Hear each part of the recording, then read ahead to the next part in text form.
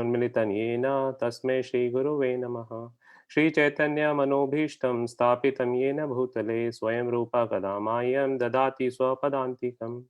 वन्देऽहं श्रीगुरु श्रीयुत्पत्कमलं श्रीगुरुं वैष्णवं च श्रीरूपं साग्रजातं सहगण रघुनाथां सजीवं साद्वैतं सावधूतं परिजनकृष्णचैतन्यदेवं श्रीराधाकृष्णपादान् सहगण ललिता श्रीविशाखावितांश्च। हे कृष्णा करुणा सिंधु दीनबंधु जगतपते गोपेश गोपीकांता राधा कांता नमस्तुते। तप्त कांचन गौरंगे राधा वृंदावनेश्वरी वांशाकल्पतरुभ्यश्च कृपा सिंधु एव च पतितनां पावनेभ्यो वैष्णवेभ्यो नमो नमः। जय श्री कृष्ण चैतन्य प्रभु नित्यानंद श्री अद्वैता गदाधार शिवासादि गौर भक्तवृंद। हरे Krishna Krishna Krishna Hare Hare Hare Ram Ram Ram Hare Hare.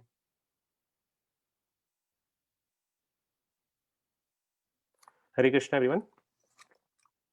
So we were almost completing the introduction, and we were at the last part of the introduction. So I think Sugopi Radha Mataji, day before yesterday, she gave a wonderful class on Gita Mahatma, and she got most of the shlokas. So we will just take over the last shloka, quickly finish that, and see what is there in the disciplic succession, and then we will go to the first shloka of Bhagavad Gita today. Hmm. So we have a lot to cover and very less time. So let's see in next 50 minutes, right, how much we can cover and what we can achieve today.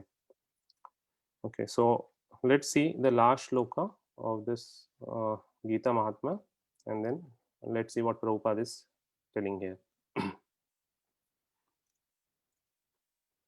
So here. एकं शास्त्रं देवकी पुत्र गीतम् एको देवो देवकी पुत्र एव एको मन्त्रस्तस्य नमामि यानि कर्मापि एकं तस्य devasya seva. So this is the last shloka of Gita Mahatmya, and the translation of this, right? In the present day, people are very much eager to have one scripture, one God, one religion, and one occupation. Therefore, eko shastram devaki putra gitam. Let there be one scripture only, one common scripture for the whole world. Bhagavad Gita. Eko devo devaki putra eva. Let there be one God for the whole world. Sri Krishna. Eko mantrastasya namami, and one hymn, one mantra, one prayer, the chanting of his name, Hare Krishna, Krishna Krishna, Hare Hare, Hare Rama, Rama Rama, Hare Hare.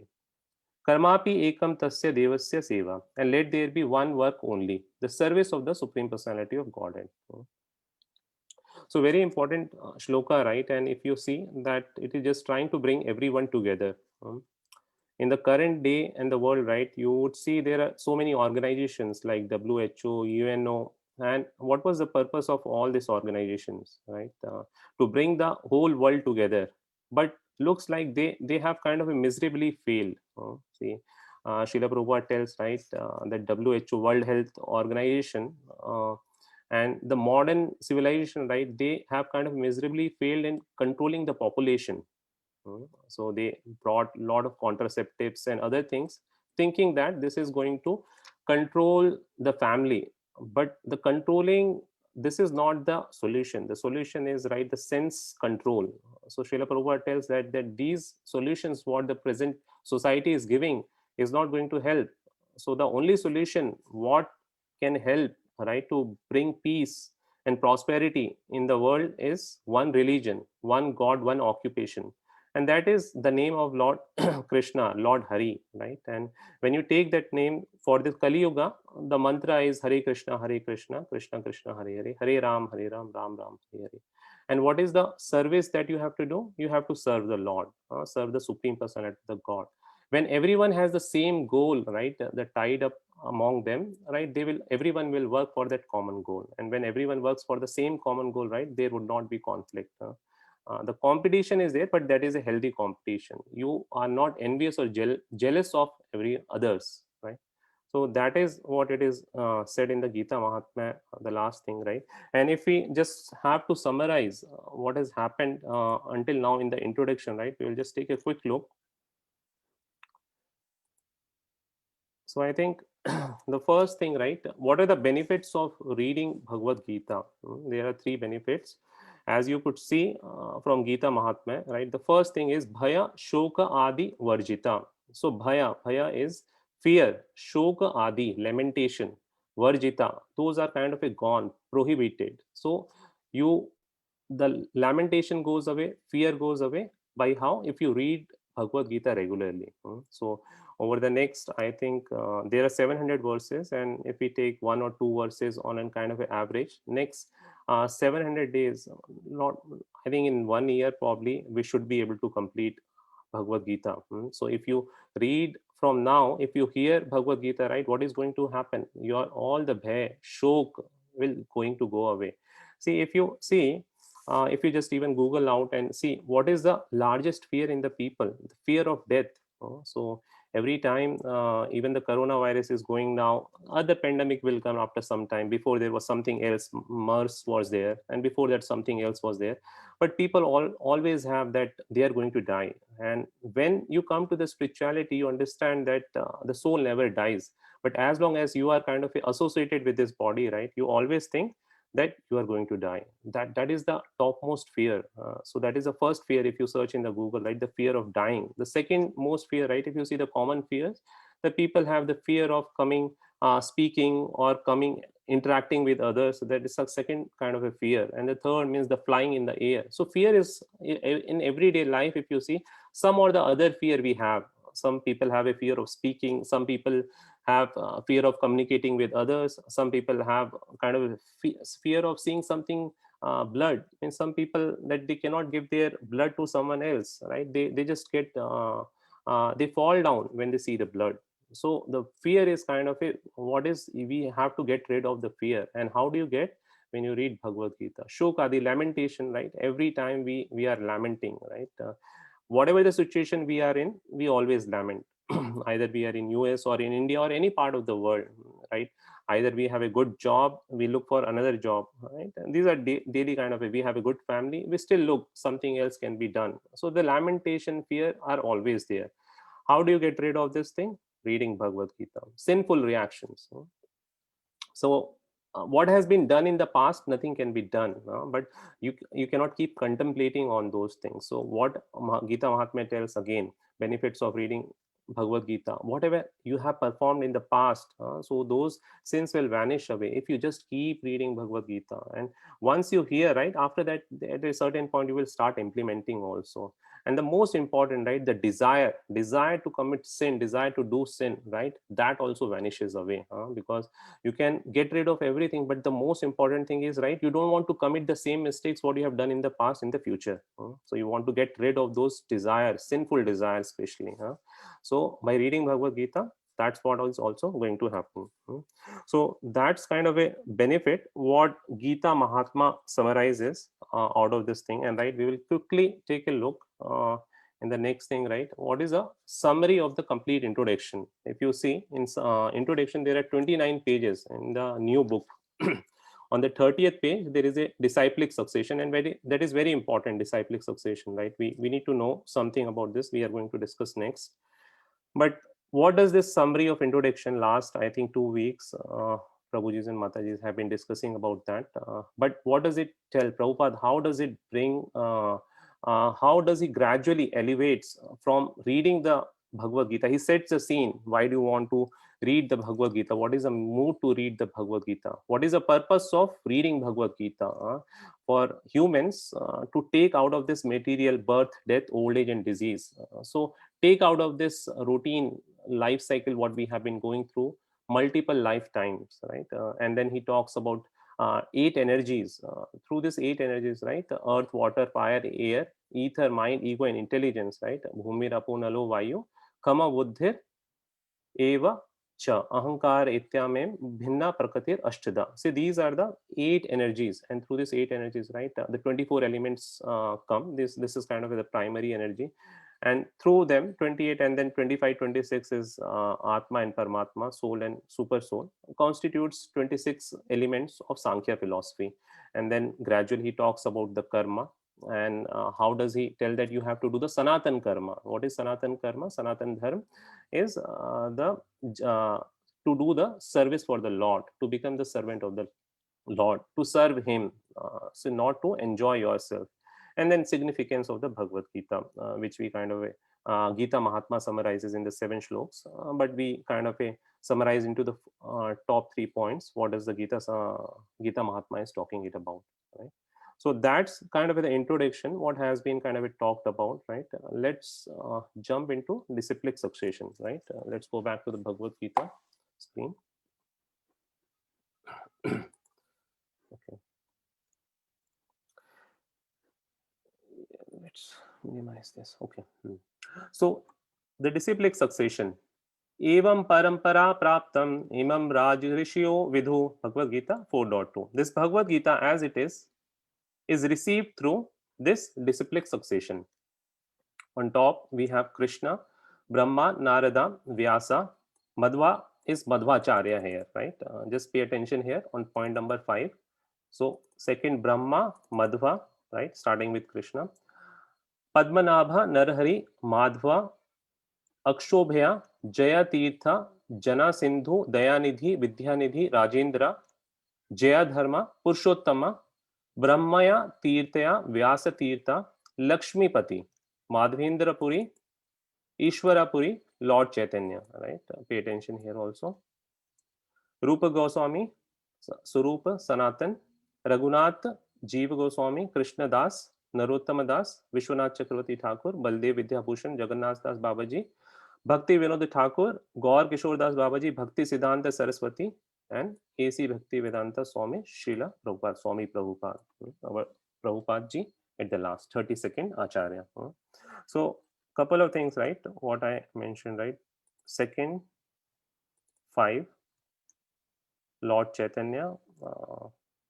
What do we have at number 22 and 32nd, right? 4. So let's go back again to the PPT and let's look into the next thing. See, there are 4 sampradayas, right? What we have.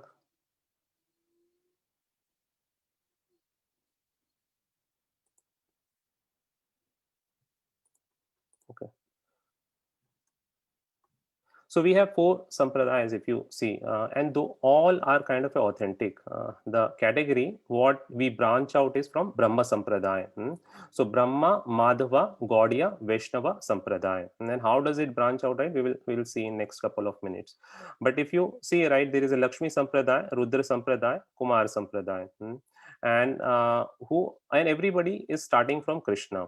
And after that, the first person from whom the knowledge is kind of propagating downwards in the disciplic succession is, for the first is Brahma, Lakshmi, Rudra is Lord Shiva, and 4 Kumaras who are the son of Lord Brahma. So if you see the prominent leaders for the acharyas for different sampradayas, right, is that Madhvacharya and Lord Chaitanya. For Lakshmi Sampradaya, Ramanujacharya. Vishnu Swami and Vallabhacharya for Rudra Sampradaya, and Kumar Sampradaya, Nimbharakaracharya. And these sampradayas are sometimes are also called Madhva Sampradaya, or you hear Shri Sampradaya, Rudra Sampradaya, or Nimbharakarya, Nimbharaka Sampradaya. And all of these, right, sampradayas have the commentaries on the Vedanta. So any sampradaya to be authentic, right, they have to write 3 commentaries, one on Shruti, one on other on Smriti, and third on Nyaya. Under Nyaya comes the Vedanta. Shruti and Smriti, right, if you see yesterday, Rasraj Prabhu wonderfully explained. But if you have to understand in terms of a layman language, right, what is Shruti and Smriti? Shruti is something that is directly spoken by the Lord. Smriti is something which someone else is speaking about the Lord, right? And sometimes the Arya Samajis, they consider only the Vedas to be very authentic, right? They consider that Vedas are the topmost, and that is what we consider, and that is technically correct also. But it is also said in the Vedas, right? Unless until you read Smriti, your knowledge is not complete. And how, right? If I have to tell something about myself, right, I will tell I stay at this place, I have I go to this office, and I have this car, this is my name, right? And 4 or 5 sentences, it will be complete.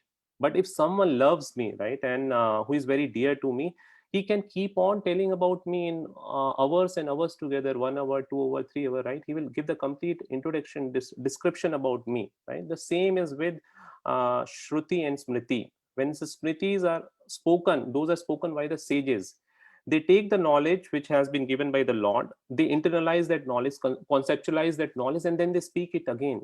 So when it comes from the mouth of the devotees, right, Shruti becomes very, very dear, right? It is the same knowledge what the Lord has spoken, but it becomes more dear, right? So Bhagavad Gita is a Smriti in Shruti, right? It is first spoken by the Lord, but again, later when you see in the Parampara, a lot of Vaishnava Acharyas gives the commentary. Vyasdeva writes in Mahabharata in the sixth parva from chapter 22nd, 25th to 42nd chapter, right? The 18th chapter that it goes. But that's how it goes. So this is one important thing, right? And if we come, right, if you see this parampara, we start from Brahma.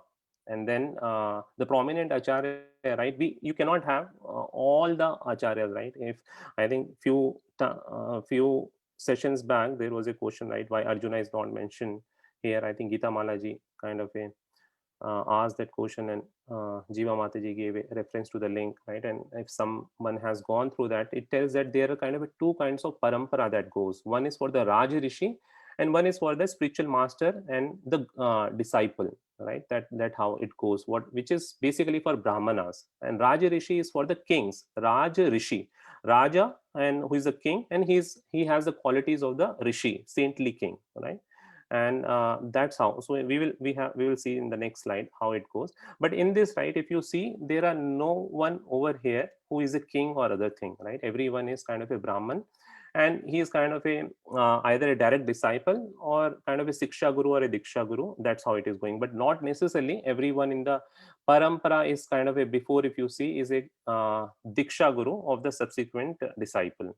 So that you may want to keep in point, and the important ones are kind of a sent. So this what we are seeing, it is in the Brahma Madhva Gaudiya Vaishnava Sampradaya. So it starts for Brahma, and the Madhva is the Madhvacharya. Madhvacharya was in Karnataka, and he barefoot he goes to Bhadrika Ashram, which is in Himalayas, right? And directly he gets the Gyan from Vyasadev. And then he is kind of a prominent acharya in our sampradaya, and he comes in somewhere around 13th century. And after that, Lord Chaitanya came something around in 16th century, 1486 to 1528.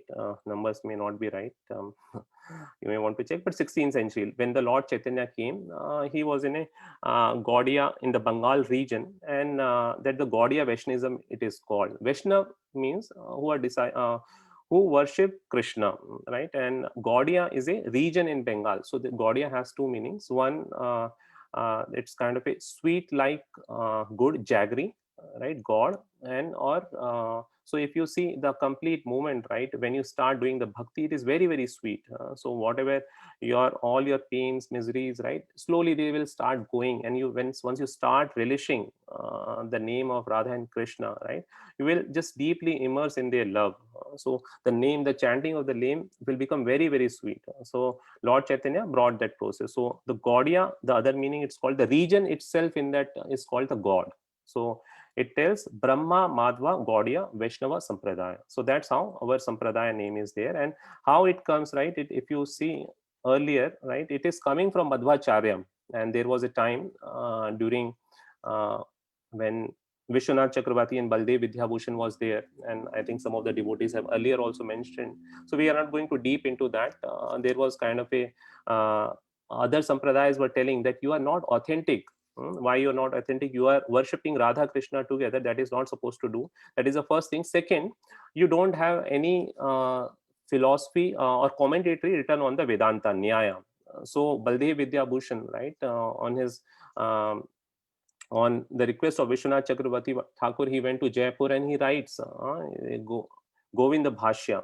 So you see here, there's a name called Govinda Bhashya, and that's how, right, our sampradaya becomes authentic. It comes in the parampara. It comes in the same parampara from Brahma. And once, right, Srila Prabhupada was there, and Srila Prabhupada, one gentleman came and asked, said to Srila Prabhupada, that I don't see any difference in the Bhagavad Gita, what you have written and what Madhvacharya has written, I'm not sure how that person have got the transcript what Madhvacharya has written, but it should be available. So he says that, he says like this, and Prabhupada becomes very happy, and he tells, right, so my writing has become successful. And why is it so?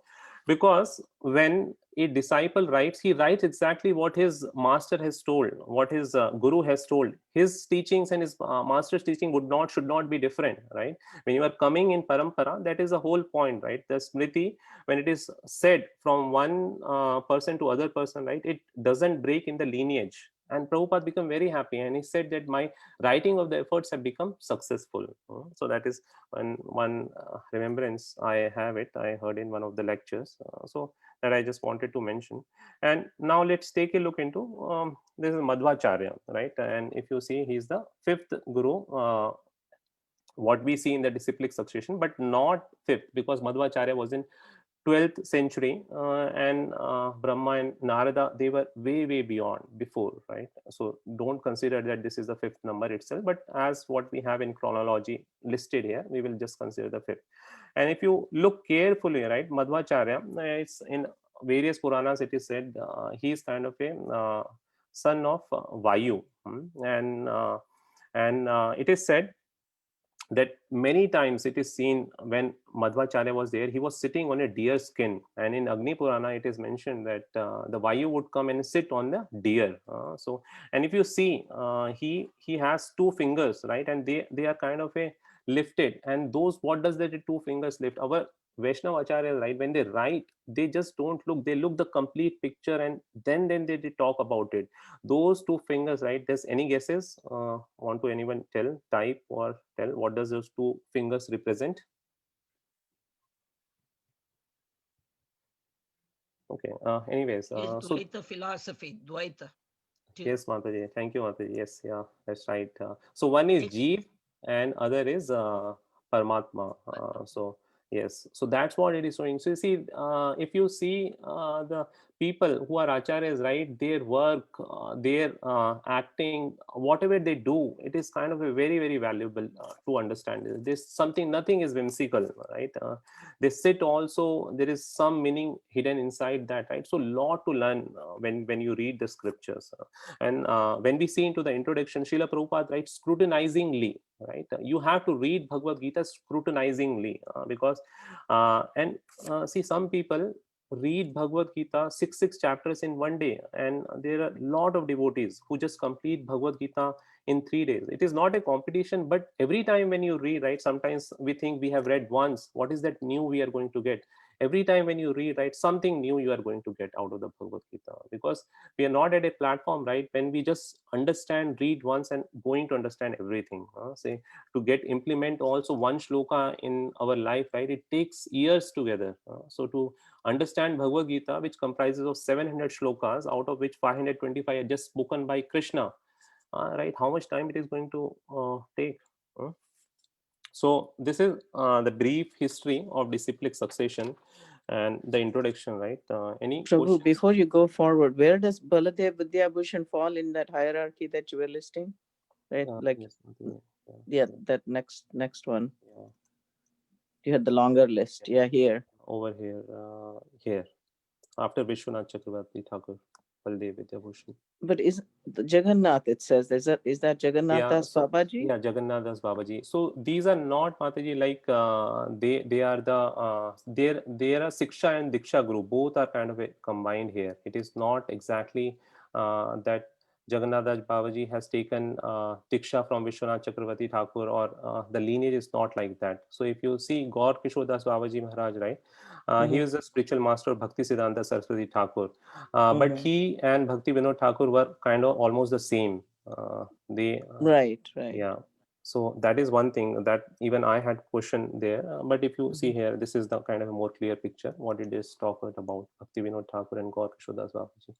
And similarly here Baldev Vidya Bhushan, he was not the direct disciple of Vishwanath Chakravarti Thakur. He was his was kind of a Siksha Guru. I think he came from Sri Sampradaya, but Vishwanath Chakravarti Thakur said, right, I Mm-hmm. don't want to bring you and give you again initiation. You are already initiated, but you can study under me. Mm-hmm. Mm-hmm. Yeah. So he came Okay, from that Sri Sampradaya. that makes sense. Thank you. Oh, okay. Yes. Any other questions on this thing before we go? Because I think we have 20-30 minutes more and there is a lot to cover because I think introduction may take one more class, but let's see what we can best cover in the first shloka. Okay. Okay, let's jump into the first shloka if we don't have any other question, right? And there's the first chapter, right? Let's go there back. Here. No, I just want to make a comment. Yes, Mataji. In southern India, it's pretty amazing to me that a lot of southern Indian dasas were from Vyasatirtha. You know what I'm saying? There's a big lineage from Vyasatirtha of a lot of southern Indian dasas, where the philosophy is very exactly the same as what Srila Prabhupada is preaching. But the only question is, you mentioned they do not worship Radharani. Yeah. They worship Krishna by himself. Yes, And I did ask that question for several people. I even asked of Rupanuga Prabhu of Laguna Beach Temple also. And I think somebody, I forget in which class it was mentioned that that the glory of our worshipping Radharani is from Chaitanya Mahaprabhu, Krishna himself, you know, that we have the most confidential knowledge in a sense given to us, with Radharani being worshipped along with with Krishna. So in a sense, I still have that question. So did our worship of Radharani with Krishna start with Chaitanya Mahaprabhu? Because before that, Madhvacharya, and to this day in the South, the sampradayas coming from Madhvacharya, like in Udupi and all that, do not worship Radharani. They worship Krishna by himself. They do worship Radharani in like a very general sense. They call her Shri, you know, yes. but not as in that confidential mood that we worship, you know, that Chaitanya Mahaprabhu gives. It actually started before Chaitanya Mahaprabhu. It started with the Madhavendra Puri. Yes. Madhavendra Puri is the first person in our line to start the topic Conjugal of rasa. Radharani, Yes. and the internal confidential rasa of Radharani and her bellows were introduced by Madhavendra Puri first. But why did he do that? Because Chaitanya he is Mahaprabhu, supposed to I be the cannot- bush in the spiritual world. His identity, he's the bush. And he's the only one that last, when he is ready to leave the body, he says, "Oh Krishna, Mathura Nath," you know, whatever, I don't know the Sanskrit of it. What will I do now? You know, Radharani saying that. That confidential verse is only known to three people. And that is Chaitanya Mahaprabhu, because he's the combination of Radha and Krishna, Radharani herself, and Madhavendra Puri, because he's in the internal groves of Vrindavan. He's a bush, that he's the witness to all internal conjugal pastimes of Radha and Krishna. So that's what I sometimes see, you know, like how Sukadeva Goswami is a parrot, Yes. Madhavendra Puri is a bush. So for us, a bush and a parrot may not seem equal to, but in the spiritual world, it is all equal. So it started from Madhavendra Puri, not from Chaitanya Mahaprabhu. That's where I've read. So because Madhavendra Puri was Madhavendra Puri is the guru of Ishwara Puri, who's the guru of Chaitanya Mahaprabhu. Chaitanya. Ishwara Puri is Chaitanya Mahaprabhu's guru, and Madhavendra Puri is Ishwara Puri's. But see, I can understand why Chaitanya Mahaprabhu spoke of Radharani, because he came in the mood of Radharani to relish Radharani's mood.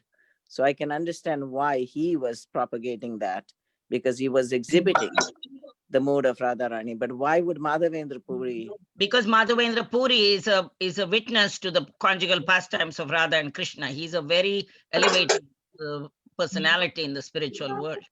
And So he was introduced also- it. He so is he the was on the- spiritual he was master of also in Lord the mood of- Nityananda. He's the spiritual master of Advaita Acharya. Many of our prominent people in the Panchatattva, Madhavendra Puri is their guru, their diksha. So he was also in the mood of relishing Radharani's and Krishna's pastimes, you're saying? Yes, he is very much into the mellows of Radharani and Krishna. Okay. I didn't realize that it was before Chaitanya Mahaprabhu. Okay, thanks. Thank you, Mataji, for clarifying that. I think that helps me as well. Gita Mala Mataji, you're satisfied? Yes, I am satisfied. Okay. Because I come very much from the Madhvacharya line, you know, in India. So we are so used to just hearing about Krishna. First time we really understood this confidential pastimes is after I came to the US, you know, and meeting Okay. ISKCON devotees. So I really wanted to understand why the difference. Now I'm satisfied. Thank you. Okay, so let's go. Any other comments, questions? Okay, if not, then we'll go. Okay, let's go further. So, chapter 1, observing the armies on the battlefield of Kurukshetra. So, there's a shlok 1.1, and then you can repeat after me. Dhritarashtra vacha Dhritarashtra vacha dharma kshetre kurukshetre Kurukshetre samaveta yutsava Samaveta mamaka pandavaschaiva Mamaka Pandavaschaiva kim kurvata sanjaya Kim Kurvata Sanjaya Dhritarashtra vacha Dhritarashtra vacha dharma kshetre kurukshetre Dharmakshetre Kurukshetre samaveta yutsava Samaveta Yujutsavaha mamaka pandavaschaiva Mamaka Pandavaschaiva kim kurvata sanjaya Kima Kurvata Sanjaya Dhritarashtra vacha Dhritarashtra vacha dharma kshetre kurukshetre Dharmakshetre Kurukshetre samaveta yutsava Samaveta Yujutsavaha mamaka pandavaschaiva Mamaka Pandavaschaiva kim kurvata sanjaya. Kima Kurvata Sanjaya Anyone wants to recite? Dhritarashtra vacha Dhritarashtra vacha Dharmakshetre Kurukshetre Dharmakshetre Kurukshetre Samaveta Yujutsavaha Samaveta Yutsava Mamaka Pandavaschaiva Mamaka pandavaschaiva Kima Kurvata Sanjaya Kirma Kurvat Dharmakshetre Kurukshetre Dharmakshetre Kurukshetre Samaveta Yutsava Samaveta Yujutsavaha Mamaka Pandavaschaiva Mamaka Pandavaschaiva Kima Kurvata Sanjaya Kima Kurvata Sanjaya Dhritarashtra Uvacha Dharmakshetre Kurukshetre Dhritarashtra vacha Dharmakshetre Kurukshetre Samaveta Yutsavaha Samaveta Yujutsavaha Mamaka Pandavaschaiva Mamaka Pandavaschaiva Ima Kurvata Sanjaya Kima Kurvata Sanjaya Uvacha Dhritarashtra vacha Dharmakshetre Kurukshetre Dharmakshetre Kurukshetre Samaveta Yutsava Samaveta Yujutsavaha Mamakash Pandavaschaiva Mamaka Pandavaschaiva Kirma Kurvat Sanjaya Kima Kurvata Sanjaya Anyone else? Okay, let's look into the synonyms. Thank you so much. Dhritarashtra vacha. Dhritarashtra vacha King Dhritarashtra said, King Dhritarashtra said Dharma kshetre, Dharmakshetre in the place of pilgrimage. in the place of pilgrimage Kurukshetre, Kurukshetre in the place named Kurukshetra. in the place named Kurukshetra Samaveta, Samaveta assembled. assemble Yutsava, Yujutsavaha desiring to fight. desiring to fight Mamaka, Mamaka my party, sons. my party sons Pandava, Pandava the sons of Pandu. sons of Pandu Cha, Cha and and Eva, Eva certainly. certainly Kim, Kim what, Akurvata, Akurvata did they do? did they do Sanjaya, Sanjaya O Sanjaya, Oh, Sanjay. Sanjay. Translation. Dhritarashtra said, O Sanjay, after my sons and the sons of Pandu assembled in the place of pilgrimage at Kurukshetra, desiring to fight, what did they do? Purport. Purport by His Divine Grace, A.C. Bhaktivedanta Swami Srila Prabhupada ki jai. Bhagavad Gita is the widely used theistic science summarized in Gita Mahatmya, glorification of the Gita. There it says that one should read Bhagavad Gita very scrutinizingly with the help of a person who is a devotee of Sri Krishna and try to understand it without personally motivated interpretations. Right? Two important things. Scrutinizingly without motivated interpretations. The example of clear understanding is there in the Bhagavad Gita itself, in the way the teaching is understood by Arjuna, who heard the Gita directly from the Lord.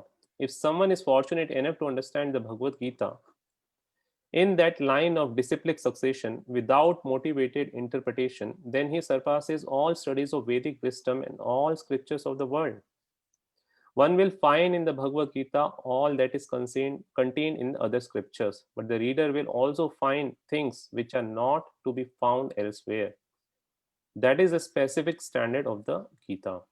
It is a perfect theistic science because it is directly spoken by the Supreme Personality of the Godhead, Lord Sri Krishna. The topics discussed by Dhritarashtra and Sanjay are described in the Mahabharata from the basic principle for this great philosophy. It is understood that this philosophy evolved on the battlefield of Kurukshetra, which is a sacred place of pilgrimage from the immemorial time of the Vedic age. It was spoken by the Lord when he was present personally on this planet for the guidance of mankind. The word Dharma Kshetre, a place where religious rituals are performed, is significant because on the battlefield of Kurukshetra, the Supreme Personality of the Godhead was present on the side of Arjuna.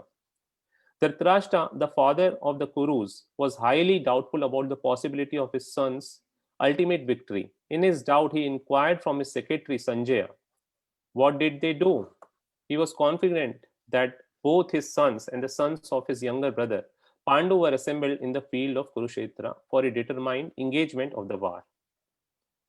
Still, his inquiry is significant. He did not want to compromise between the cousins and brothers, and he wanted to be sure of the fate of his sons on the battlefield. Because the battle was arranged to be fought at Kurukshetra, which is mentioned elsewhere in the Vedas as a place of worship, even for the denizens of heaven, Dhritarashtra became very fearful about the influence of the holy place on the outcome of the battle. He knew very well that this would influence Arjuna and the sons of Pandu favorably, because by nature they were all virtuous. Sanjay was a student of Vyasa, and therefore, by the mercy of Vyasa, Sanjay was able to envision the battlefield of Kurukshetra even while he was in the room of Dhritarashtra. And so Dhritarashtra asked him about the situation on the battlefield. Both the Pandavas and the sons of Dhritarashtra belong to the same family, but Dhritarashtra's mind is disclosed herein. He deliberately claimed only his son as Kurus, and he separated the sons of Pandu from the family heritage. One can thus understand the specific position of Dhritarashtra in his relationship with his nephews, the sons of Pandu. As in the paddy field, the unnecessary plants are taken out, so it is expected from the very beginning of these topics that in the religious field of Kurukshetra, where the father of religion, Sri Krishna, was present, the unwanted plants like Dhritarashtra's son, Duryodhana, and others would be wiped out, and the thoroughly religious person headed by Yudhishthira would be established by the Lord. This is the significance of the words of Dharma Kshetra and Kurukshetra apart from their historical and Vedic importance. Let's quickly take a look into the translation. Dhritarashtra said, O Sanjay, after my sons and the sons of Pandu assembled in the place of pilgrimage at Kurukshetra desiring to fight, what did they do? Let's see, we have 15 minutes and what we can do. Because there is a lot to cover in this shloka. And I kind of highlighted, right? Dhritarashtra, Dharma Kshetre, Kurukshetre, Yutsava, Mamaka, Pandava, Kim Akurvata Sanjaya. So Dhritarashtra is let's see, right? There are certain questions that may come to the mind and who are totally new to Bhagavad Gita, right? First of all, they will understand who is Dhritarashtra, who is Kuru, what is Kurukshetra, what is Dharmkshetra?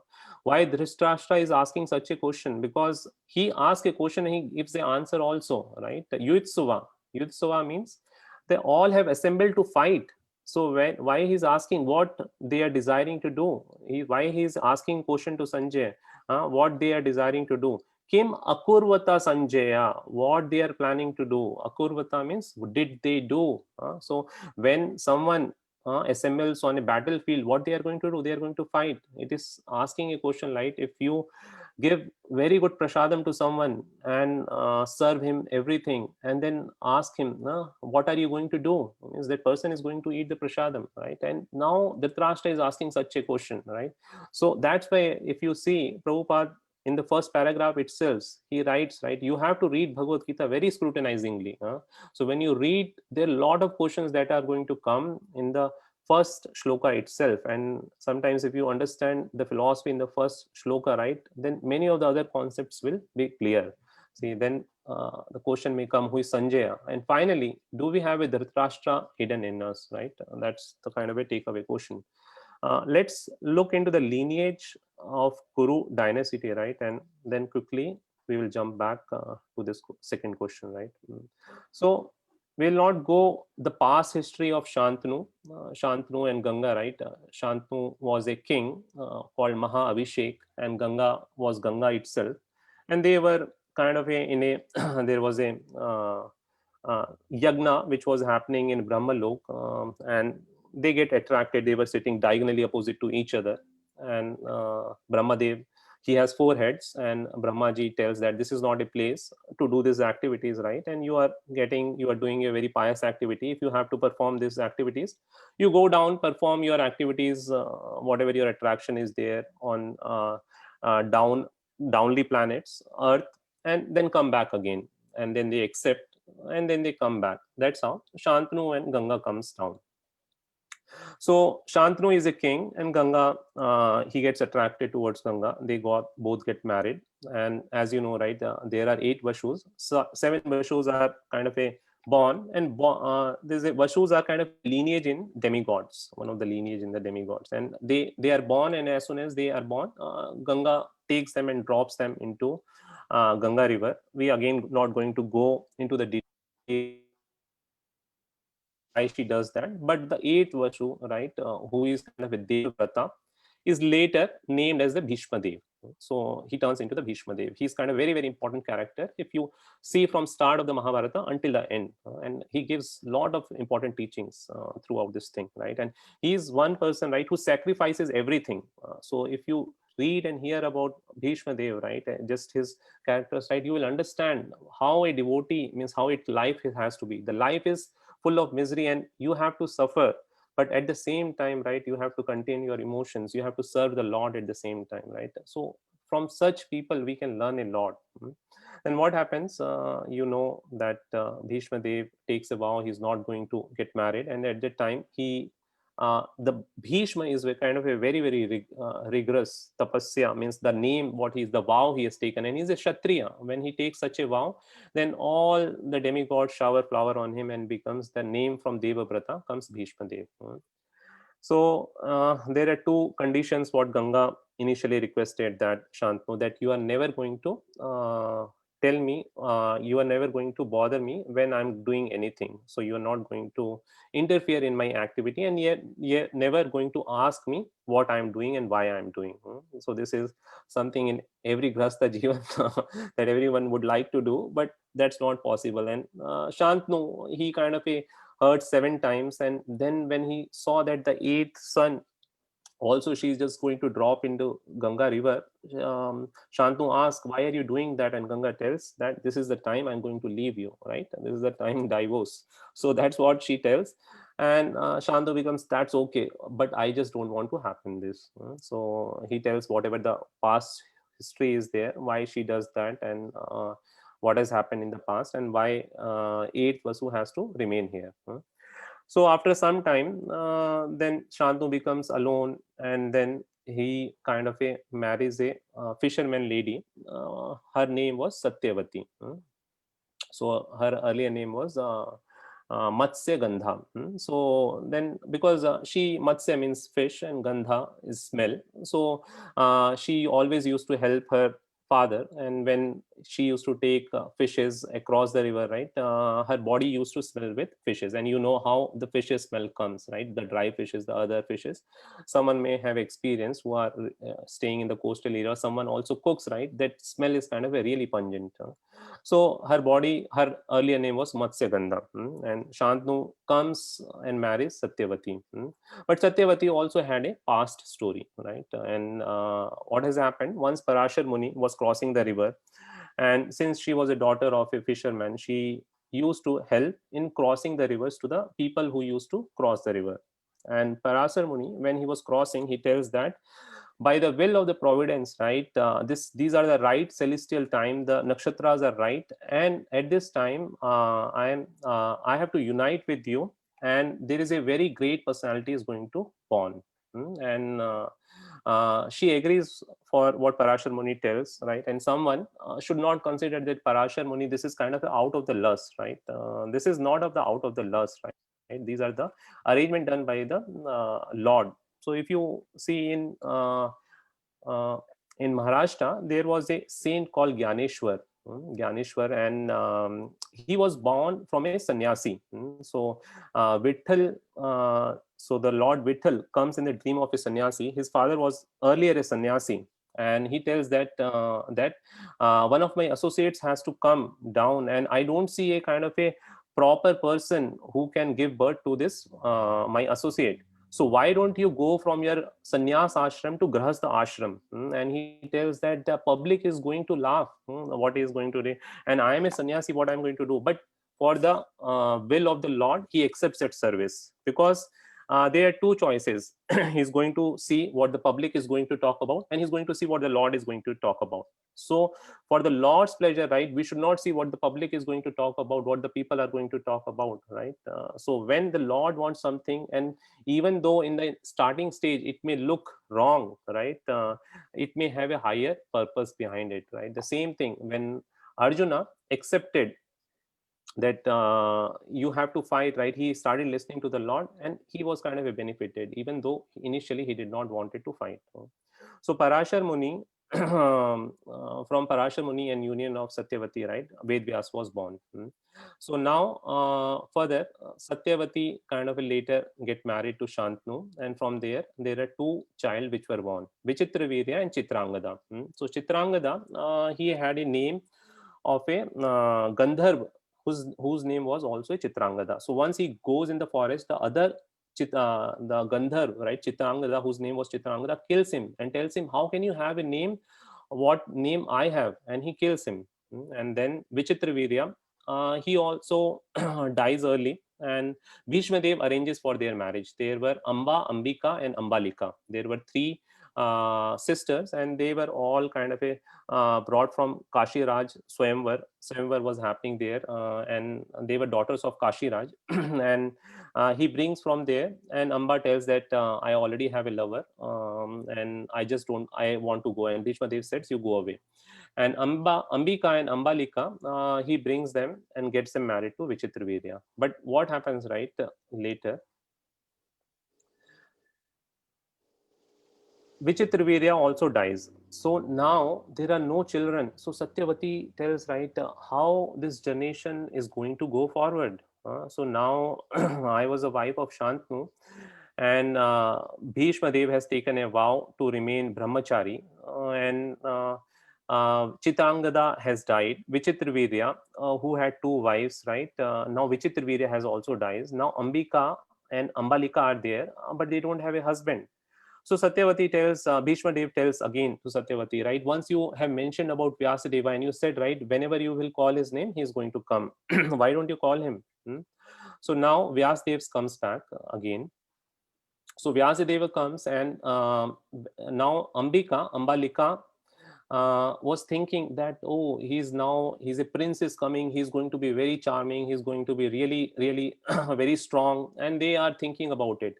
But when they see Vyasdeva is coming from a forest and he's meditating, he has long hairs, his skin is just coming out, and Ambika, when he sees, right, he closes her eyes and he tells Vyasdeva, okay, let it be, right, you will be born with a child who will be blind in nature. Ambalika, as soon as she sees Vyasadeva, right, and she just falls down, she becomes unconscious. So he tells, right, let it be. Your son will be pale, he will die early. So Pandu means pale, yellowish in color. And then the third, Vyasadeva was asking, there was one more sister, you said me, where is the third one? And now Amba has already gone. So Amba has altogether different story, right? If you read Mahabharata, you will come to know. And so now they bring maid servant for in the third place for in place of Amba. And Amba is kind of very, very austere. She bends down, touches the feet of Vyasdeva. She's kind of very disciplined. And then he blesses her, right? Then you will be born with a son who will be very intelligent, who will know everything. And that's a Vidur is born. And again, Dhritarashtra, Pandu, and Vidur all have a kind of a previous history. Why Vidur was kind of a curse by Mandava Rishi. He was a Dharmaraj. Pandu also has a curse. Dhritarashtra also kind of a killed, and some people say that he has killed the birds. Irrespective, right? He has some karma associated with him. Again, now Dhritarashtra marries Gandhari. She is the daughter of Gandhar Naresh. Pandu again marries two ladies, Kunti and Madri. And from Kunti, Yudhishthir, Bhima, and Arjuna are born. And from Madri, Nakul and Sahadev. Gandhari has 100 sons and one sister. And their names are Duryodhan, Dusashan, and others. There are a lot of, I don't know the names. Now, if you see, Dhritarashtra was the eldest among all the sons, but he was blind. So when he was a blind, right, then the throne was given to Pandu. Pandu dies in an early age, and he has 5 sons. And Kunti and Madri, when Pandu dies, Madri just goes and she becomes Sati. She also dies with that. So now Kunti is left. She is left with 5 just little children, and her husband is not there. Where she is supposed to go? So she comes back from the Himalayas, from the forest, and she comes back to Hastinapur. And during that time, Bhishma Dev takes care and tells that you have to stay there. And in the palace, right, they divides into 2 places. One place, at one side, Pandavas are going to stay, and other side, Dhritarashtra's son are going to stay. Now, morally and ethically, everything, Dhritarashtra has to take care of Pandu's wife also in terms of, right, in children. But see what Dhritarashtra is going to do. Now, with this understanding, right, let's come back to the shloka. Dharmashetre Kurukshetre Dhritarashtra Dharmashetre Kurukshetre Samaveta Yutsava Mamaka Pandavas Chaiva Kim Akurvata Sanjaya. So here Dhritarashtra is telling Mamaka, my Pandavas, Pandavas. So why he is telling they not Pandu's son are his sons? He should consider, and he is a king. So king, what is another name for the king is Naradeva. Naradeva is a king in the form of a human, the god in the form of a human, right? So that is the Nara, who is a human, Deva, who is kind of a Dev, he is a god. So king, he has to take care of everyone equally, right? He is technically also king now once the Pandu is died. But what he's just trying to do, right? What has happened to my sons Mamaka and Pandava Chaiva, and he is distinguishing the sons of the Pandus as Pandava, Pandavas Chaiva. What has happened? Kim Akruta Sanjaya. What did they do, Sanjaya? And now let's go further, right? This is the first thing, right? What we are talking it about. Who is Dhritarashtra? I think this may be clear, right? Because this is going to keep going all throughout it. So it is very kind of important what we understand how these sons are coming, how the lineage is coming. I think very short time, but I think still it will give some clarity, right? So now the second question, what we had it, right? Why Kurukshetra is called Dharmashetra? Dharmashetra. Why is it called Dharmashetra, right? And why Dhritarashtra is kind of worried about that. What did they do? Srila Prabhupada explains about this thing, right? Kurukshetra has been kind of a very, very pious land. In Vedas, it has been kind of described Kurukshetre dharma achret. If you want to perform some ritualistic ceremonies, religious, then go to Kurukshetra. Kurukshetra is very, very pious land. And if we go again in scriptures and see, right, Pashuram, after killing Kshatriyas 21 times, right, he came to Kurukshetra to perform the austerity. Because it's kind of a very, very pious land.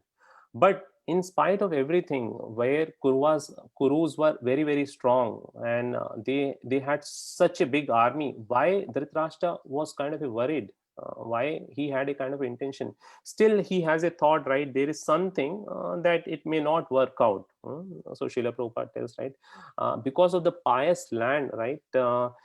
He was under the impression that did the sons change their mind?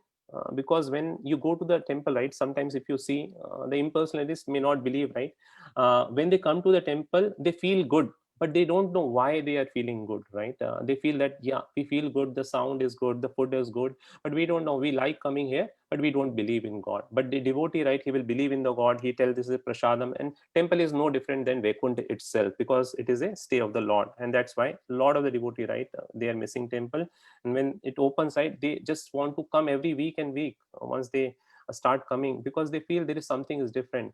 So here Dhritarashtra is thinking that when they are going on a Kurukshetra battlefield, it is like a Dharma Kshetra. Their mind may change. So that's why he is questioning Sanjaya. What did they do? He has a question. See, externally, when Krishna came as a Shanti Doot, and he said, right, you are a king and you should not let it do. And he tells, right, oh, I know, but he doesn't listen to me. So what can I do? See, if you desire, then only it will stop. And Vyasdeva also comes just before the war is going to start. And he also comes and tells the same thing, right? Now also you can stop it.